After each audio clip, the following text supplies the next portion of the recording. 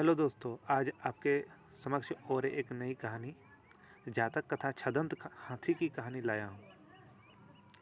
छदंत elephant in Hindi. सदियों पहले की बात है। हिमालय के घने जंगलों में हाथियों की दो खास प्रजातियां पाई जाती थी। एक प्रजाति थी छदंत और दूसरी प्रजाति का नाम था उपोषत। इनमें से छदंत प्रजाति काफ़ी मशहूर थी। विशाल छदंत 6 दांतों की मौजूदगी के कारण ही इन्हें छदंत के नाम से पुकारा जाता था। इन हाथियों का सिर और पैर किसी मणि की तरह सुर्ख लाल दिखाई देते थे। इन छदंत हाथियों का राजा कंचन गुफा में रहा करता था। उसकी महासुभदा और चुलसुभद्दा नाम की 2 रानियां थीं। एक दिन हाथियों का राजा अपनी दोनों रानियों के साथ पास के एक सरोवर में नहाने के लिए जाता है। उसी सरोवर के किनारे एक पुराना विशाल वृक्ष लगा हुआ था। उस वृक्ष पर लगे फूल बड़े ही खूबसूरत और मनमोहक खुशबू वाले थे। गजराज ने खेल खेल में अपनी सूंड से उस वृक्ष की एक डाल को कसकर हिलाया। इससे डाल पर लगे फूल महासुभद्दा पर झड़ने लगे और वह गजराज से बहुत प्रसन्न हुई। वही वृक्ष सूखी डाल पुराना होने के कारण गजराज की सूंड का जोर झेल न सकी और टूटकर फूल समेत गजराज की दूसरी रानी चुलसुभद्दा के ऊपर जा गिरी।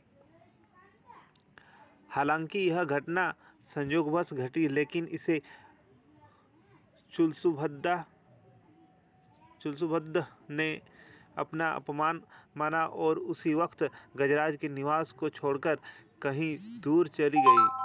जब गजराज को इस बात का पता चला तो उसने चुलसुभद्दा को बहुत ढूंढा, लेकिन वह कहीं नहीं मिली। कुछ समय बाद चुलसुभद्दा की मौत हुई और मरने के बाद वह मध्यराज की राजकुमारी के रूप में पैदा हुई। युवा होने पर उसकी वाराणसी के राजा से शादी हुई और वह वाराणसी की पटरानी बनी। पुनर्जन्म के बाद भी वह छदंत राज द्वारा भूलवश हुए उस अपमान को भूली नहीं और उसका बदला लेने का सोचती रही। एक दिन मौका पाकर उसके वाराणसी के राजा को छदंत राज के दांत हासिल करने के लिए उकसाया। परिणाम स्वरूप कुछ कुशल निषादों के समूह को राजा ने गजराज के दांत लाने के लिए भेज दिया। गजराज के दांत लाने के लिए रवाना हुई टोली का नेता था सनुत्तर करीब 7 साल का सफ़र तय करके गजराज के निवास पर पहुंचा। उसने गजराज को पकड़ने के लिए और अपना शिकार बनाने के लिए उसके निवास से कुछ दूरी पर एक बड़ा गड्ढा बनाया। गड्ढे को छिपाने के लिए उसने उसे पत्तियों और छोटी लकड़ियों से ढक दिया और खुद झाड़ियों के पीछे छिप गया। जैसे ही गजराज उस गड्ढे के करीब आया तो सनुत्तर ने विष बुझा तीर निकालकर छदंत पर निशाना लगा दिया। तीर से घायल होने के बाद जब गजराज की नज़र झाड़ियों में छिपे सनुत्तर पर पड़ी तो वह उसे मारने के लिए दौड़ा। चूँकि सनुत्तर सन्यासियों के वस्त्र पहनकर आया था, इस कारण गजराज ने सनुत्तर को जीवनदान दे दिया। गजराज से जीवनदान पाकर सनुत्तर का मन बदल गया और उसने गजराज को सारी कहानी कह सुनाई और गजराज का निशाना साधने का उद्देश्य बताया।